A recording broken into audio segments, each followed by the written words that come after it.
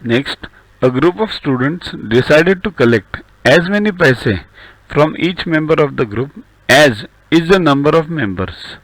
If the total collection amounts to rupees 59.29, then the number of members in the group is sure, if there are 10 members, then they collected 10 paise from each one. If there are 20 members, they collected 20 members from each one. So we'll have to find how many members are there in the group. See here, 1 rupee equals to 100 paise. So 59.29 rupees equals to 5929 paise, right? So what we have to find is just the square root, so that you get the number of members and I collected from each one as same amount. So 59, remove this point, 5929, square root is 7 sevens of 49, then 10 remains 1029, then 14, then 14 sevens are 98. Okay, that is less than 102. Always try this way only.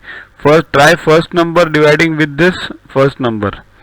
So 102 upon 14, 14 sevens are 98. Try with 7.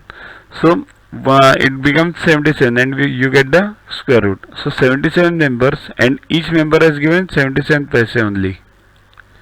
A certain number of men went to a hotel. Each man spent as many rupees